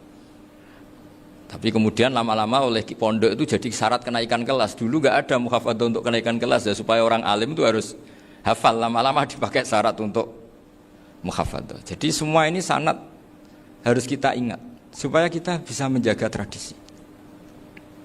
Termasuk tradisi ini kiai seneng jagungan, terus ngomong ra penting gitu. Itu juga sanad. Setahu saya Mbah Mun itu kalau ketemu bapak ya guyon terus. Saya punya kenangan tuh yang dulu agak iskal tuh begini. Ada isu lah, entah isu entah hoax entah apa, ada kaji itu agak beling itu, pokoknya beling lah gitu. Seneng siapa itu, rondo lah apa. Pokoknya beling gitu. Ketika Mbah Mun dilaporin tamu kalau kaji itu beling sama rondo itu. Mbah Mun tanyanya lucu. Lho ayu no cung. Wahyu banget Mbah. Wahyu. Itu bapak juga bakas ayu nih. Dulu saya sekali ini kiai kok bakas wong ayu, bakas bodine barang lah kira-kira gitu. Tapi setelah saya tambah alim, tambah ngerti itu, kata bapak gini, ya apik bakas ayu hak timbang iyakno malah qadzaf. Ternyata seni. Sekali Mbah Mun atau bapak bilang, "Waji kok zina kaji," maka larinya ke qadzaf. Maka menghindari bahasa menuduh, ngomong yang enggak penting. Lho ayu no. Jadi kiai dulu tuh orang sok suci tapi menghindari hal-hal yang jadi punya seni untuk ngelola kehidupan. Orang bermalam-malam jagungan sama teman asik itu kan perlawanan terhadap nafsu kita, syahwat kita untuk mungkin nikmati dugem di bar atau di tempat-tempat maksiat. Itu setan di Indonesia tuh kakuati sama Ki Jawa. Orang supaya tidak tertarik maksiat itu Ki Jawa cukup ketemu kancane masak terong guyon, gejol-gejolokan zaman mondok, suwengi lulus sangka maksiat. Bar wis tutup. Perlawanannya sederhana, nggak pakai tahajud, nggak pakai wiridan. Karena Ki Jawa juga koyoknya rapati potongan ahli ibadah gitu, jagungan gitu. Jadi setahu saya itu pernah lihat Bali itu sekali ketika beliau ngisi ceramah di Mbah Hamid Bedowi. Saya masih kecil diajak bapak. Dulu kalau bapak ngelihat Bali sama Mbah Hamid itu mesti nangis, karena dua orang alim bertemu. Yang akhirnya ya bisanan itu Mbah Hamid punya anak Gus Nasih, di sini ada Mbah Nafisa, terus jadi Mbak Salih Hindun itu. Jadi dulu itu ya guyon terus ketika ketemu. Itu yang sering bodoni Mbah Hamid itu ya Ki Bisri. Ki Bisri itu kalau datang ke Ki Hamid Pasuruan, nak wali tenan aku teko ditata nomangan. Jadi ukurannya ya. Ternyata sampai sana dikei mangan tenan. Masih belum mengakui, nak wali tenan aku kiai rung di mobil, dongakno aku di mobil. Sudah kalah satu seri itu masih gak terima. Lalu itu Mbah Hamid akhirnya berdoa, ayo monggo, mungkin-mungkin Ki Bisri gak ada mobil. Itu setelah didoain masih tanya, mereknya apa merek? Jadi itu Mbah Hamid jawab, ya paling Holden itu, paling Holden. Itu nyari mobil itu ya adalah dapatnya Holden. Suatu saat Mbah Bisri diundang Mbah Hamid gak dikasih bisaroh, karena utangnya sudah banyak Mbah Hamid, Mbah Bisri ini utang doa tadi. Itu ya gak dikasih besar ya gak mau kesang apa-apa kelambimu kayak aku. Didol sama muhibbinya Mbah Hamid. Itu harganya melebihi jatah bisaroh. Ketemu Mbah Hamid. Kang, susuke Kang, mergo gitu. Jadi dulu itu rileks, makanya ini yang diceritakan ke Zofur. Sebetulnya kalau kiai-kiai itu bersanat itu ya rileks, hidupnya itu rileks. Karena rileks ini perlawanan terhadap kemungkaran. Saya dulu musyawarah sering sama Gus Zofur usul fikih. Itu jelas di antara yang ditulis Lubil Usul itu. Ya kita tahu tadi misalnya sanad usul fikih, Mbah Ber itu sangat al-usuli Kiai Zubair Dahlan, abahnya Mbah Mun. Punya murid di antaranya Kiai Sahal. Kiai Sahal punya karangan Thariqatul Husul fi Syarhi Lubil Usul. Itu Thariqatul Husul itu beliau ngendikan dalam mukaddimah bahwa saya bisa mensarah ini berdasar ngaji maknani sama Mbah Zubair. Terus beliau mengutip sarah itu dari kitab Nailul Ma'mul. Beliau ngendikan binus khotin khotiyah ghairi matbu'ah. Dan itu ditemukan di Kiai Mansur di Lasem. Karena Kiai Mansur iparnya Mbah Sahal. Mansur bin Khalil itu diantara katibnya Syekh Mahfud. Jadi semuanya ini sambung. Mbah Ber saking ahli usul fikihnya, kalau ngajar usul fikih itu kalau guyon takriran saya ini lebih memahamkan ketimbang sarah.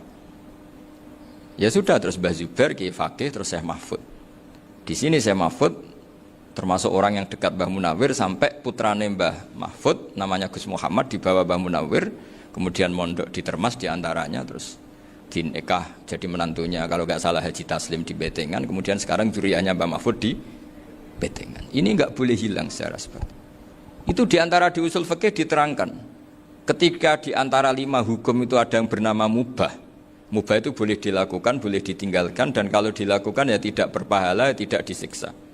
Itu ada ulama yang protes nggak bisa seperti itu. Ithma min mubahin ila wa tahaqqaqu bihi tarku haramimma. Fa'il zamu minas sukun tarkul qatli wa minas sukut tarkul qadaf. Tidak bisa, mubah itu tidak ada. Kalau kiai jagungan semalaman, itu Allah ngitungnya itu hada taruka dugem, wa hada taruka delok dangdut, wa hada taruka kada wa kada. Oh, itu luar biasa. Dan kita ngikuti yang seperti itu saja. Gak usah tahajud, gak usah witir telulas kaya ora kuat timbang gremeng wis. Sewengi jagungan, setan ngenteni kita tergoda maksiat, ternyata maksiatnya sampai tutup, kiainya masih apa? Jagungan. Jadi jagungan saja ada ilmunya bahwa itu perlawanan terhadap tarkul ma'asi. Sehingga bagaimana Anda katakan mubah ini mubah, toh gunanya adalah tarkul haram. Meskipun efek mubah juga bisa tarkul wajib, wae bojo blonjo turu. Karena wayang rumah ibuke turu. Itu halal wajib. Jadi mubah itu resikonya ya bisa tarkul wajib, bisa tarkul haram. Sehingga kalau sanad ini terjaga secara baik, secara kultur, saya sering juga saguan sama Gus Zofur itu mesti tak niati gitu. Jagungan wong alim iku ibadah dan menikmati ibadah adalah dabul auliya wa dabul ulama. Kata Imam Ghazali, pada akhirnya waqud buhadatin al-istilzat bil mubahat.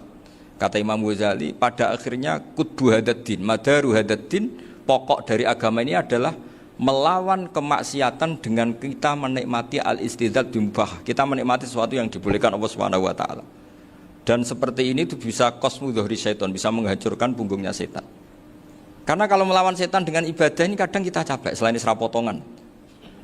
Tapi nak kangkang ning komplek H gitu jagungan mbek kancane, ngenang melarate, mbok ngenang ora sekolah, ra munggah kenangan. Sing ra munggah diarani istiqomah. Gitu kan. Diarani tulus zaman, kok sing munggah dianggap kesusu. Saya ini punya pondok Quran, kalau ada yang hafal 3 tahun mesti digojlek kancane. Gak apik kesusu itu. Kesusu itu mesti tidak barokah karena tergesa-gesa apa? Hatam. Sehingga yang enggak hatam-hatam itu kayak partai mayoritas. Ini yang partai tulis zaman katanya. Ahlus sabri katanya. Akhirnya di pondok gara-gara itu mau guyon, tapi enggak ada stigmasinya, malah enggak naik. Di Pondok Sarang itu saya punya temen itu banyak yang sekelas dengan saya, sekelas sama Gus Kamil, akhirnya sekelas dengan Gus Zofur. Padahal saya ini kakak kelas. Saya temannya, Gus Kamil temannya Gus Zofur. Ini anak ini nggak pernah naik, itu nggak dinyek, nggak dicibir di pondok. Karena guyonan tadi, guyonan bahwa ini bagian dari bentuk apa? Istiqomah. Nanti yang goblok juga tenang. Karena kiainya cerita, kadang santri goblok ya barokah. Di sini pondok akeh santri ora tau sinau ning omah dadi kiai gede. Selalu kiainya tuh cerita seperti itu. Akhirnya sing goblok ya bangga dengan kegoblokannya.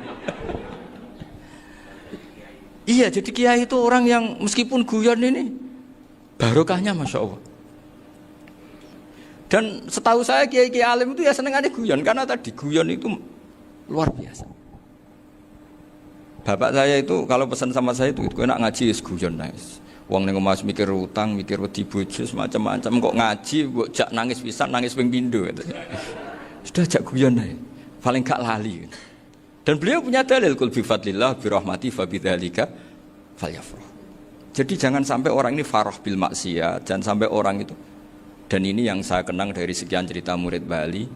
Mbah Ali Maksum ya senangane guyon. Gejol-gejolkan mbek santri guyon.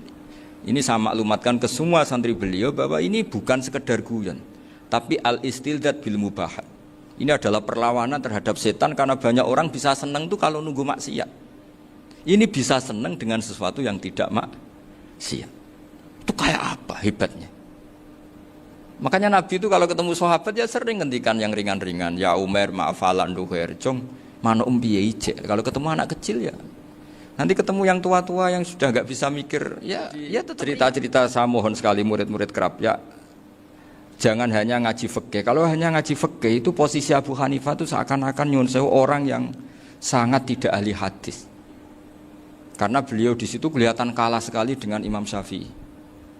Apalagi di perdebatannya Muhammad bin Hasan Asy-Syaibani dengan Imam Syafi'i itu kelihatan sekali betapa Abu Hanifah itu orang yang nyun sewu ditinggalkan dalam ilmu hadis. Sampai beliau hanya dapat gelar min ulama ahli ra'yi, termasuk ulama yang kuat logikanya. Juga harus baca kitab-kitab seperti ini. Ternyata di balik Imam Syafi'i mukhalif pada beliau di bab-bab fikih, perilakunya sangat hormat. Sampai beliau tuh kalau tawassul ke kuburannya Abu Hanifah. Dan beliau ngendikan an-nasu fil fiqhi iyalun ala Abu Hanifah. Semua orang yang ahli fikih itu masih anak buahnya Abu Hanifah. Saya berkali-kali cerita, mazhab Syafi'i itu alatut tadhir hanya dua, yaitu alma wa turab. Abu Hanifah nambahi wanar. Alasannya Abu Hanifah orang mukmin yang dosanya banyak itu dibakar di neraka, dan alasannya Allah litadhirihim, untuk mensucikan mereka. Sehingga pikirannya Abu Hanifah an-nar itu min alatit tadhir. Apa yang terjadi ketika bata itu batu bata yang dibakar, di situ campur teletong, campur apa-apa, itu kalau sudah mazhab Abu Hanifah selesai, sudah suci. Karena sudah ngelewatin pembakaran. Meskipun kita tidak akan kalau kehilangan air terus wudu dengan api, bisa bunyak semua itu. Tapi apapun itu menjadi solusi. Sehingga saya punya kitab namanya Ikhtilafu Malik, Ikhtilafu Malik wa Abu Hanifah atau Ikhtilafu Syafi'i ma Abu Hanifah. Itu kelihatan sekali kalau Abu Hanifah itu nyuruh posisinya kalah. Karena yang ngarang orang-orang Syafi'i. Tapi kalau melihat kitab-kitab kewalian, misalnya di kitab Mizan Kubro ini juga sering disebut kisah itu Mbah Ali Maksum tentang Imam Sa'roni. Berkali-kali beliau mengutip Mizan Kubro. Itu Abu Hanifah adalah orang yang sangat mukasyafah. Artinya ketika Nabi cerita air wudu itu menjatuhkan dosa, tidak ada air wudu yang jatuh ke kamu kecuali saat itu juga dosa kamu jatuh. Itu beliau datang ke Madharota Kufah. Kemudian beliau bilang sama si orang tua tadi, tub anizina. Orangnya terus bilang atubu minazina. Ada lagi pemuda datang dibilangin tub an ukuki walideka. Terus bilang tub tu an ukuki walidayya. Sampai yang terakhir ada tub an simai alatilahwi atau an samai alatilahwi. Terus tub tu an samai. Ketika orang itu ditanya, kenapa engkau begitu tahu dosanya apa? Saya tahu air wudhu ini menjatuhkan apa. Jadi kira-kira kalau zina mungkin ya batang babi lah. Kalau hanya sekedar melihat bak-bak mungkin ya curut atau tikus lah kira-kira gitu. Nak dulu diluk ya mungkin ya tikus cilik gitu. Nak dulu suwi ya tikus werok itu atau apalah. Pokoknya beliau itu tahu. Tapi anehnya Abu Hanifah apa? Setelah itu dia nangis minta mukasafahnya ditutup. Ya Allah, saya ini mukasafah kok malah menjadi tahu sawatil mukmin. Padahal aturan syariat jenengan man satara musliman satarahu, bahwa enggak baik melihat jeleknya orang mukmin. Minta ditutup. Makanya saya ini bangga ada mukasafah. Makom yang kita sampai sekarang itu makom setelah Abu Hanifah mukasafah. Jadi Abu Hanifah repot-repot mukasafah, minta makomnya ditutup tidak menjadi mukasafah. Dan alhamdulillah kita sudah tidak mukasafah sebelum minta ditutup. Jadi kita ini keren. Keren karena aturannya itu man satara musliman satara huwa, yang tidak tahu aibnya orang muslim maka Allah akan nutupi aibnya di akhirat. Dan kita alhamdulillah barokahnya ndak mukasafah, ndak ngerti aibnya orang mukmin. Jadi kita harus pakai patokan ilmu. Saya ulang lagi, kita harus pakai patokan. Makanya saya tahu betul ketika Kiai Hamid Pasuruan, beliau dulu ngaji Jamul Jame, ngaji Juman, Bali Maksum di sana sama Gus Habib, sama Gus Muhammad bin Mahfud. Termasuk mbah saya kandung dulu Kiai Sidik, mbah saya yang itu juga ngaji di Termas. Bapak saya dulu Kiai Nur Salim ngaji di Buyut Baiti. Dulu itu kawin juga sederhana, kayak cerita Gus Zofur. Jadi bapak saya kandung itu Kiai Nur Salim itu ngaji di Mbah Baiti. Mbah Baiti itu adik kandungnya buyutnya saya dari ibu. Nah, Mbah Baiti itu teman akrabnya mbah saya namanya Kiai Nur Sam, Mbah Nur Sam. Singkat cerita terus Nur Kiai Jorabi arabekno itu. Setelah bapak saya ke Badullah mau ditawarin jadi mantu, kata bapak saya kula pun dipek mantu Mbah Baiti. Akhirnya dapat ibu saya itu. Karena ibu saya itu cucu Mbah Baiti, cucu lambung, jadi mbahnya ibu saya itu Mbak Yunya Mbah Baiti. Namanya Mbah Sofia tadi yang dapat Mbak Idris itu, yang Mbak Idris ini bin Umar. Ya Mbah Umar yang mbahnya Mbah Hamid, Hamid bin Abdul bin Umar. Kalau bahasa itu Fatimah binti Idris bin Umar. Dulu kecilnya Mbah Idris namanya Abdul Khalik. Kalau kecilnya Mbah Hamid namanya Abdul Mukti. Kalau kecilnya Mbah Maksum namanya Muhammadin kalau nggak salah. Dulu itu orang dulu itu namanya dua-dua karena diganti ketika musim apa? Haji. Jadi ini terjaga. Sehingga tidak ada ceritanya kiai-kiai yang jagongan kemudian santrinya itu yang agak-agak khawarit. Kiai kok sungi-sungi jagongan, gak tahajud, gak duha, itu tidak ada seperti. Karena ini dianggap fi'lul mubahat untuk melawan mungkarat. Jadi sehingga di kitab Ihya diterangkan, kamu jangan ngira orang-orang soleh ketika jagungan itu min ahlil bitolah wa takasur. Itu orang-orang yang pemalas itu enggak. Tapi mereka bisa mengasyiki Allah. Bahwa dalam jagungan ketemu teman ya asik, gejul-gejulkan sama Pak Maftuh ya asik. Dan keasikan ini bentuk perlawanan terhadap keasikan harus dengan maksiat. Itu kayak apa kalau kita ngaji sampai seperti itu. Termasuk tadi yang diceritakan Pak Maftuh kitab Hunyah. Semoga beliau cerita juga pernah belajar. Saya pernah belajar kitab Hunyah khatam. Itu diantara yang diceritakan Syaikhul Qadir Al-Jilani tadi kata beliau Al-Jilani dipakai Jim Al-Jilani. Ini agak beda dengan kita. Mbah Zubair itu punya kitab namanya Al-Qolaid Al-Luluyah. Beliau menfatwakan nama-nama ajam itu kamu bebas. Ajamiyun fasna bihi masyita. Sehingga kita kalau punya kiai harus mau qolal ustukhri. Sehingga tak mau qolal istukhri. Tirmidzi juga nasibnya sama. Qolat rawahut Tirmidziyu. Sehingga tak rawahut Turmudziyu. Yang satu rawahut Tarmidziyu. Ya karena kita keluarganya Tarmidzi apa enggak gitu. Makanya kata Mbah Mun sama masih ingat. Kata cerita Gus Zofur tadi, adabnya Gus Zofur itu cerita tentang keluarga ibunya. Padahal keluarga ibunya juga orang-orang soleh yang luar biasa. Itu kata Mbah Mun, kowe roh jenenge Imam Bukhari tahu ya. Jenenge sapa? Saya nyebut Muhammad bin Ismail bin Ibrahim bin Mughirah bin Bardasbah. Lah iya Bardasbah mbok waca Bardisbah yo. Lah cara kene mbok Parmin mbok Parlan. Jadi Bardisbah mbok Bardasbah iku cara kene yo Parmin mbok. Iku rak Mbah Fadl Senori dadi kabeh diwaca Arab. Jenenge Mbah Umar Harun. Dhisik yo wong sarang Mbah Harun Mbah Kirun yo ora roh wong dhisik yo wong kuno.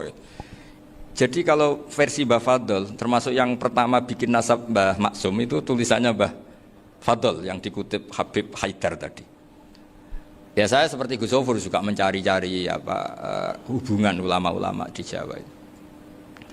Itu Mbah Mun itu kalau bicara ya mbahku orang sing jenenge Kiai Serut. Kalau ditulisannya Mbah Fadl itu Syaraf. Jadi Mbah Fadl itu fanatik orang-orang alim itu ditulis Arab, kalau Mbah Mun itu Jawa. Dulu itu ada wali seto di daerah saya. Dulu orang ya janggal, ternyata ada sato itu kesamaan di Arabnya itu. Sehingga kiai-kiai itu ada fanatik Tirmidzi, Turmudi, Tarmidi, Jilani, Jailani karena ajamiyun fasna bihi masyita. Jadi kalau nama-nama ajam semonggo lah baca sekenanya sementing.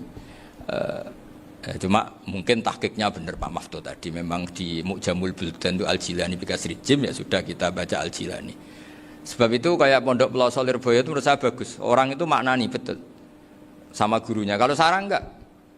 Kalau pondok Lirboyo, pondok yang tadi ternyata keluarga Mbah Munawir sini pernah bisanan, yaitu Mbah Zaini pernah nikah sama Nyai Komariah ya kalau nggak salah, punya putra Gus Habib ya, Pak Toha dan sebagainya. Itu betapa hubungan pondok Quran sama pondok kitab dulu itu nggak pernah terputus.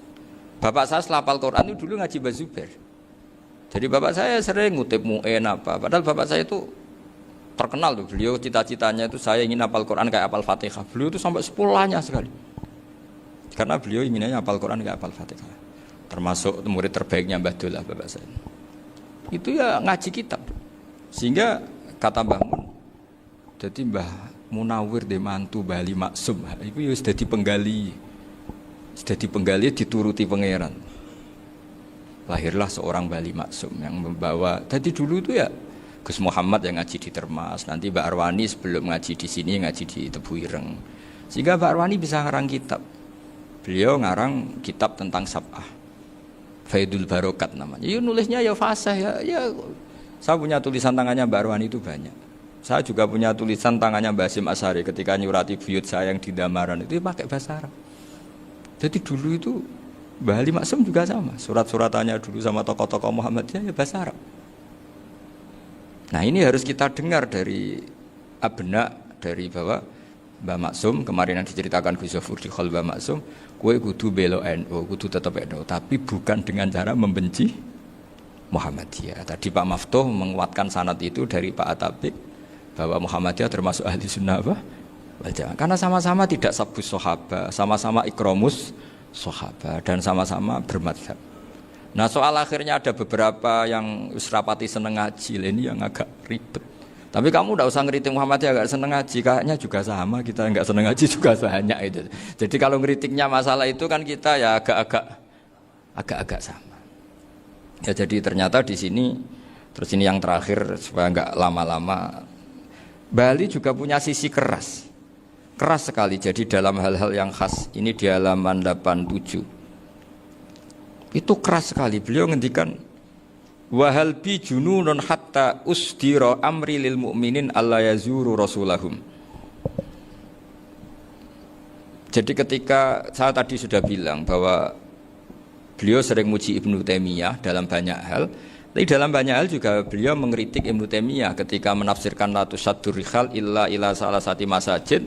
Kemudian Ibnu Taimiyah tidak mentasrekkan, tidak mensunatkan ziarah kubur Rasulullah sallallahu alaihi wasallam. Beliau mengkritik. Dan cara mengkritik adalah ngendikan ulaikal ladzina yuriduna ayyahulu bainahu sallallahu alaihi wasallam wa baina ummatihi fi nakhiyatin. Itu adalah orang-orang yang ingin membuat batas antara Nabi dan umatnya. Saya termasuk terinspirasi makalah Bali ini adalah bagaimana Anda mengkafirkan orang Islam berdasar qala Rasulullah sallallahu alaihi wasallam. Wan nabiyyu asyaddun nasi syafaqatan li ummati. Wan nabiyyu akhrasun nas, orang yang paling serius supaya umatnya ini selamat. Kemudian Anda dengan hadisnya Nabi mentafrik bainahu wa baina ummati berdasar dawuh Kanjeng Nabi. Cek mentalani. Makanya saya itu enggak pernah keras di bab ini. Misalnya nyuruh saya ada santri sarang yang nakal. Terus saya tidak berani komentar karena saya tahu Mbah Mun itu sangat mencintai santrinya meskipun yang nakal. Saya melihat sendiri, bukan jari ada santri yang cara pelaturan pondok itu diboyong karena nakal. Itu Mbah Mun ngendikan begini, ya cung yo ke diboyong itu cara aturan pondok. Nah aturannya pangeran, agar kowe tobat dadi wong apik, ya dadi wong saleh. Ya kowe kudu tetep sering rene, kowe tetep santriku dunya akhirat. Soal pondok ya ben ana aturan, ben jenenge kowe nakal nemen ya diboyong, tapi kowe tetep wong apik. Jadi karena kita tidak mungkin mentafrik bainahu wa baina talamidhi. Kita tidak mungkin mentafrik baina nabi wa baina ummati karena nabi adalah apa? Asyaddun nasi syafaqatan li ummati. Sampai saking sayangnya nabi itu ngendikan syafaati li ahlil kabair min ummati. Lho koyo apa baiknya nabi? Ora melok nakal, ora melok maksiat, tapi melok nanggung swargane. Iku waktu gali sampean wis kowe utang gak apa-apa, bangkrut gak apa-apa, sing nyaur bapak. Gua sampean ngono top tenan.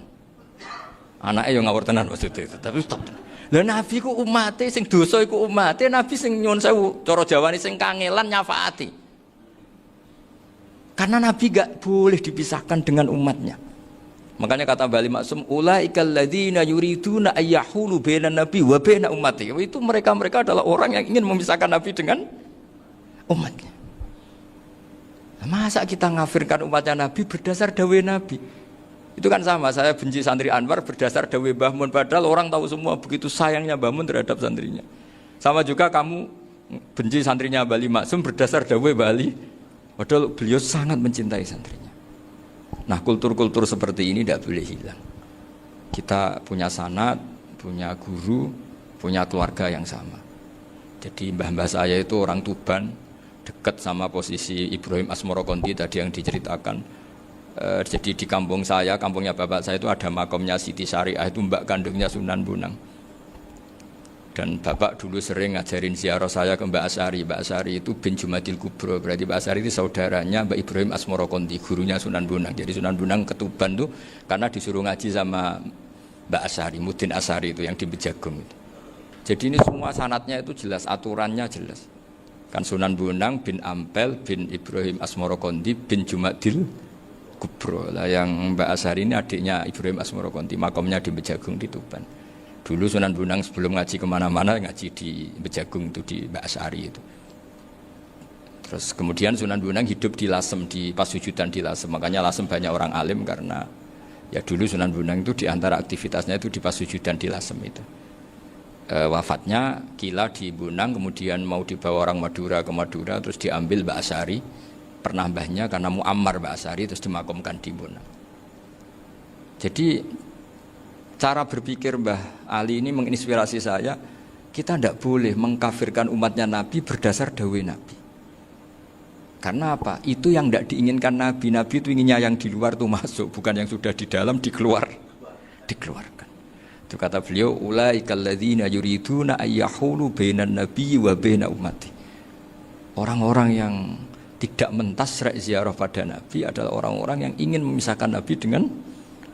Dan begitu kias berikutnya, orang-orang yang sidik-sidik muni ini kafir, ini sudah enggak benar, inilah yurja khairuhu, itu orang-orang yang memisahkan. Dan lucunya berdasar dawuh Nabi. Makanya semua kalau sampai ngaji Mizan Kubro, ini kitab yang sering dikutip Bali Maksum, ketika Nabi ngintikan laisa minna man ghasyana, laisa minna man latomal hudud wa syaqqal juyub wa da'a bid'awal jahiliyah, laisa minna min tilkal khoslah. Semua ulama mentafsir laisa minna fi tilkal khoslah, bahwa dalam hal itu Islam tidak bertanggung jawab. Masa menipu berdasar dibolehkan Islam, kan tidak mungkin. Semua perilaku yang salah disebut Nabi laisa minna fi tilkal khoslah, bukan laisa minna fayakunu huwa kafirun. Tidak ada satu ulama yang mengatakan laisa minna berarti orang ini kalau menipu sudah kafir. Ketika dosa ya sak dunya kafir kabeh. Siapa enggak pernah menipu? Sekedar pernah. Siapa enggak sering menipu bahkan? Hobi kadang ya rezekinya dari nipu. Lah itu kalau betul maknanya laisa minna terus kafir, semua orang di dunia kafir. Karena siapa sih yang selain Nabi yang enggak, selain Nabi kan enggak mungkin apa? Maksum. Belum lagi menurut teori usul fikih ada nipu yang wajib. Ya kan, misalnya kita orang baik ketemu orang dolim yang memburu perempuan mau diperkosa terus bersembunyi yang kita tahu. Kita wajib nipu apa wajib jujur? Ketika orang dolim tanya, perempuan tadi kemana? Wajib nipu apa wajib jujur? Wajib nipu, karena kalau kita jujur berarti memberi peluang orang dolim menemukan buruannya. Jadi betapa alimnya. Dan ketika kitab Mizan Sa'roni dipakai Bali, dipakai Mbah Mun, saya pernah ngaji Mbah Mun, terus kita tahu maknanya laisa minna fi tilkal khoslah. Sehingga kita tidak mengatakan laisa minna dengan terjemahan letterlek tidak termasuk umatku. Kita tidak akan menambahi fakta frek fayakunu kafiran, tidak akan selamanya. Karena maknanya laisa minna fi tilkal khoslah. Kenapa kita selalu begitu? Karena enggak mungkin kita memisahkan umatnya Nabi dengan Kanjeng Nabi berdasar dawuh Kanjeng Nabi. Karena Nabi adalah berstatus bil mu'minina raufur rahim.